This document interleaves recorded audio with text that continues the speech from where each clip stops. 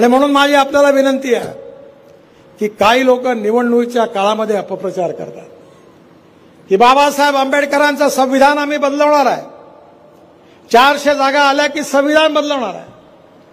मी law graduate आहे. तुमच्यामध्ये अनेक वकील असतील, इथे बसलेले असतील.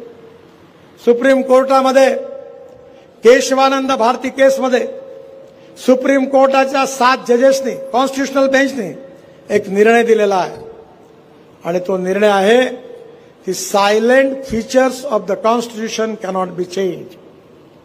संविधानचे जे सायलेंट फीचर्स आहेत ते चेंज होऊ शकत नाही. मग संविधान कोणी तोडलं?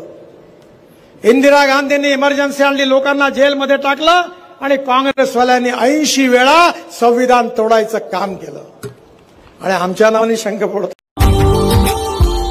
Subscribe now and press the bell icon.